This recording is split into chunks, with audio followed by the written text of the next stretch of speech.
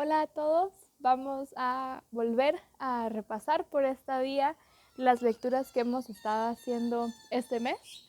Este video será sobre la lectura Soy un árbol de Orhan Pamuk. Entonces, pues esta lectura, Soy un árbol, es un capítulo del libro Me llamo Rojo de 1998 del escritor Orhan Pamuk. Orhan Pamuk es un escritor turco. Él nació en 1952 y continúa vivo.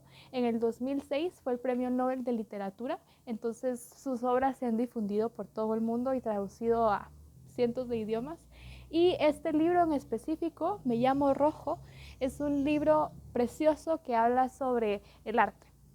La historia en sí se sitúa en el Imperio Turco del siglo XVI, en el que el sultán está deseoso de que le hagan un retrato, pero las leyes del Islam no lo permiten. Entonces él, a escondidas, contrata a 4 artistas para que los 4 trabajen en secreto y sobre su retrato. Entonces suceden un montón de cosas y al final uno de los artistas desaparece. Entonces cada capítulo del libro está dedicado a la voz de uno de los personajes que los artistas están retratando para el sultán. Soy un árbol es un capítulo que está referido a eso también y trata sobre un árbol que tiene una voz principal. Es el árbol el que está narrando su propia historia y sabemos que no es un árbol normal, sino es un árbol que está pintado. Entonces quien está hablando no es cualquier árbol, sino es la pintura de un árbol, que está narrándonos la historia de cómo fue pintado y cómo llegó a donde está hoy. Eh, um, Al principio, la primera frase que tenemos en este cuento es: soy un árbol, estoy muy solo. Primero entonces sabemos que nos está hablando el árbol, que es la primera persona, el yo literario, el que nos está contando su propia historia, y luego menciona que está muy solo. Entonces hay también una emoción de este árbol, ¿verdad? Los árboles no deberían de tener ni emociones ni voz, pero en la literatura, en esta literatura las tienen. Entonces el interés de nosotros va a ser descubrir por qué este árbol está solo y cómo ha llegado hasta acá. Luego sabemos que este árbol es un árbol que está pintado, como mencionaba antes. Quiere decir que es la pintura de un árbol y que no es cualquier árbol, sino que este árbol iba a estar detrás del sultán que ordenó a estos 4 pintores su retrato. Entonces es un árbol que iba a ser parte de otra pintura, pero se perdió en el camino. Estamos situados en Turquía, toda la historia está narrada en Turquía. Pasamos a varias ciudades, una de esas Orzurum, que es una ciudad en Turquía de la que parten estos 4 pintores. Luego se nos descubre que este árbol está narrando la historia de su caída como una hoja que cae del árbol. Entonces estamos hablando de que es un árbol en pintura que se perdió de su destino, que se cayó de alguna forma. Él entonces regresa 40 años en la historia y menciona que el Shah de los persas envejeció y rechazó vino y pintura y decidió que todos los pintores que estaban trabajando en esa ciudad se fueran. Entonces todos los ilustradores, los pintores, los escribas tuvieron que emigrar a otras ciudades porque el Shah de los persas había decidido que no existiera más pintura, ni más fiesta, ni más arte, porque él ya estaba viejo y ya no quería entusiasmarse con nada de esto. Entonces los pintores se exilian a otras ciudades y llegan a otra ciudad en donde un familiar de este Shah los contrata para hacer un libro. Y este libro vamos a saber que es un libro ilustrado de un poeta que se llamaba Haf Evenger. Y eso es lo que sabemos hasta ahora. Pero como el libro era difícil de producir porque todos los pintores y los escribas estaban dispersos entre las ciudades de Turquía, lo que hacen es contratar a mensajeros que llevan cada una de las páginas de este libro a donde están los pintores para que estos los pinten basados en las descripciones que se les envían en una carta y los regresen a esta ciudad, a este noble, para que él recopile el libro y se pueda publicar completo. Entonces, lo que sabemos es que todas estas páginas de este libro van a estar viajando por Turquía tratando de completarse en algún momento. Una de esas páginas era este árbol del que nos está contando la historia. Entonces, esta página en blanco estaba viajó a su pintor. El pintor, a través de la descripción que se le envió, pudo pintar el árbol y luego lo envió de regreso en correo a esta ciudad. Pero en ese camino de regreso interceptan al correo, le roban, lo matan y la página del árbol se la llevan los ladrones a otra ciudad.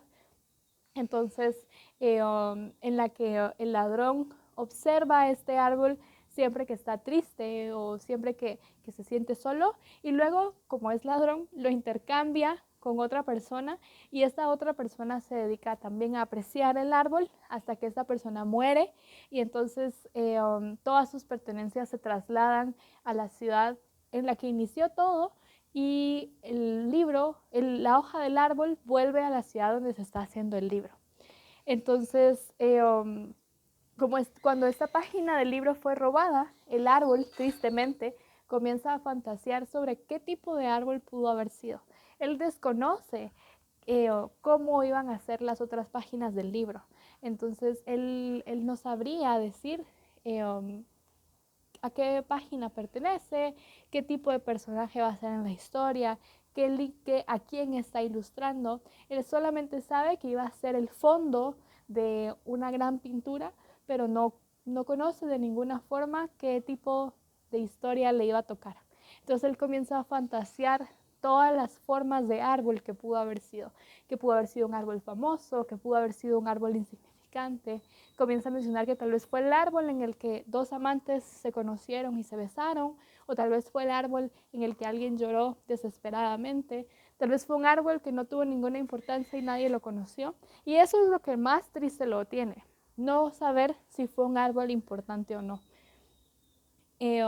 Luego, pues el árbol comienza y continúa narrando la historia que le tocó vivir, todos los viajes que tuvo que hacer para regresar a la ciudad en la que inició. Y finalmente sabemos que en Estambul, que es la ciudad en la que termina, allí él comienza a reflexionar sobre que su destino ha llegado a un fin y que él está destinado a nunca completar el libro al que pertenecía, tampoco está destinado a conocer qué tipo de árbol era, y entonces su frustración más grande es no saber quién es. Y finalmente, el último fragmento del libro menciona: yo no quiero ser un árbol, sino su significado. ¿Qué querría decir esto? Pues sabemos que él no era un árbol, sino era la representación de un árbol, es decir, la pintura de un árbol.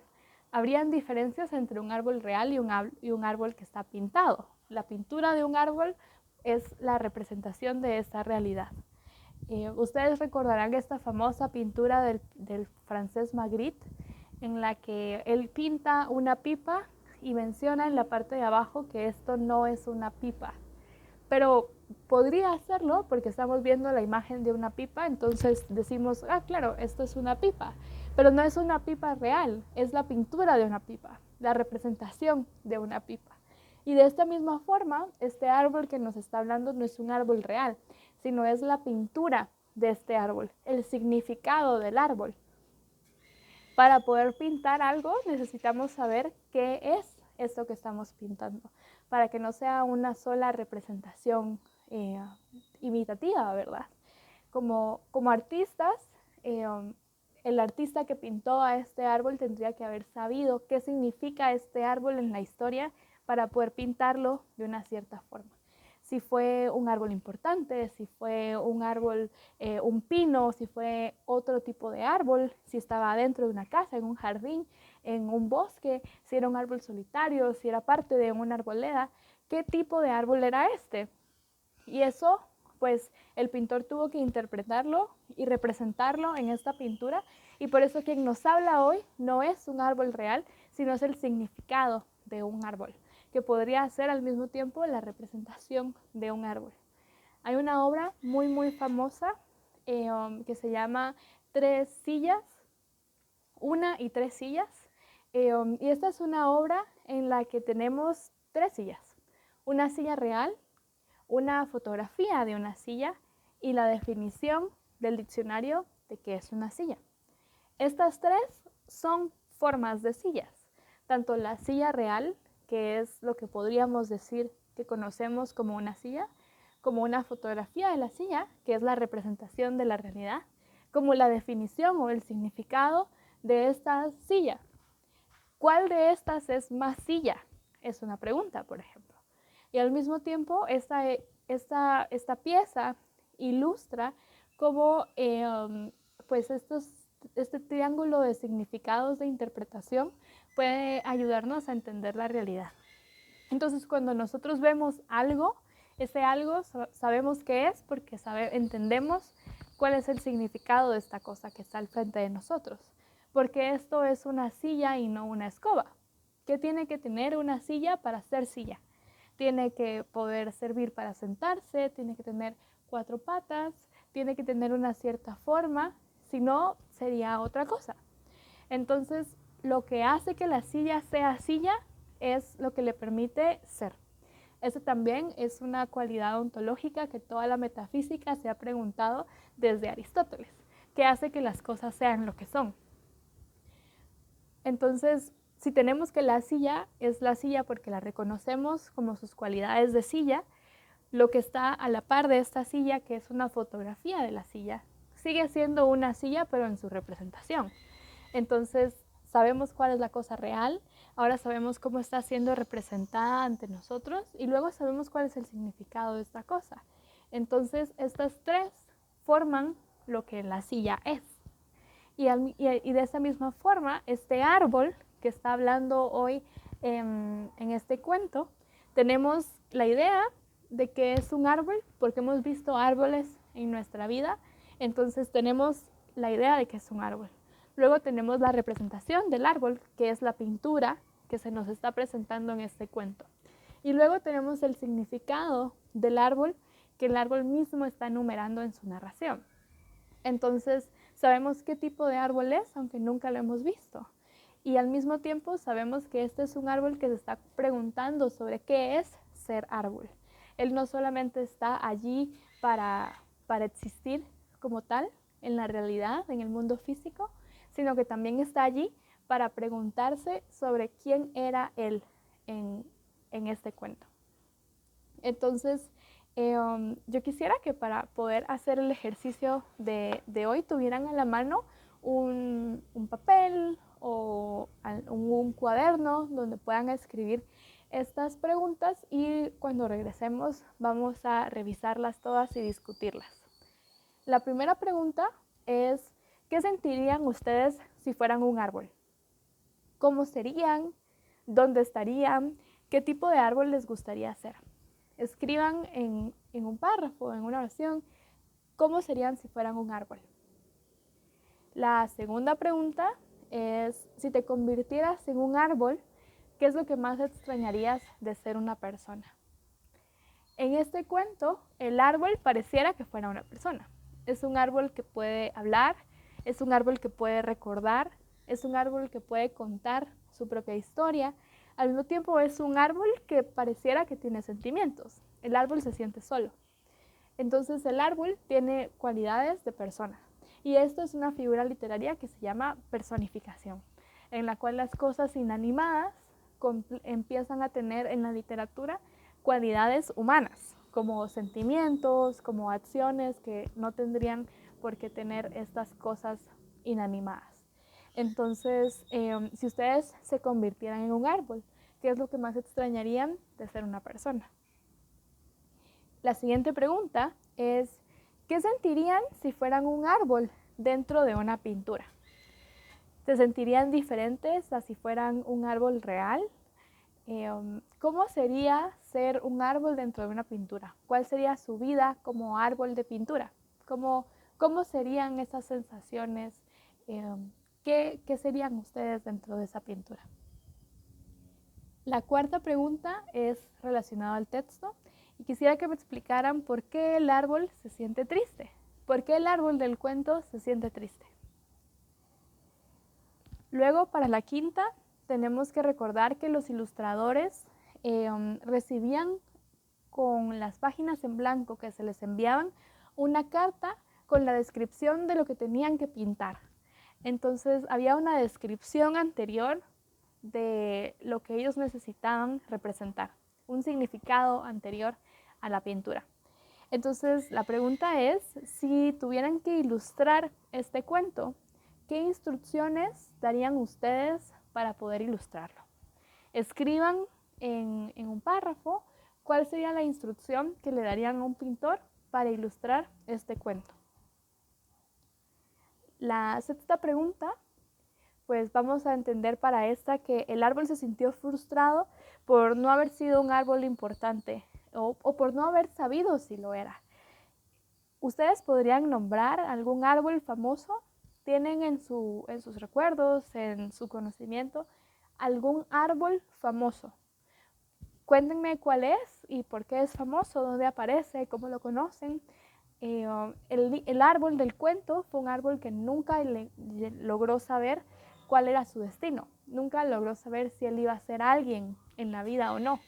Entonces, si pudiéramos saber que los árboles hablan, o si pudiéramos entender que los árboles también tienen un papel en la historia, como este árbol quiso tenerlo, ¿qué árbol famoso conocen? Y finalmente vamos a referirnos a la última parte del cuento, cuando él dice que no quiere ser un árbol, sino su significado. Y quisiera que ustedes me contaran dos cosas. ¿Qué significa un árbol? ¿Y qué significa esta oración del cuento? ¿Qué significa ser un árbol, por una parte? Y luego, ¿qué significa lo que quiso decir este árbol al final del cuento, cuando dice que no quiere ser un árbol, sino su significado? ¿Qué querría decir esto para el árbol? Y básicamente ese es el final de esta comprensión. Estamos ante un cuento fantástico en el cual pensamos que el árbol tiene una vida real, pero se nos está presentando como una fantasía. Un árbol dentro de una pintura que habla sobre su historia. Entonces, quisiera también que me contaran qué les pareció el cuento. Entonces, nos vemos pronto.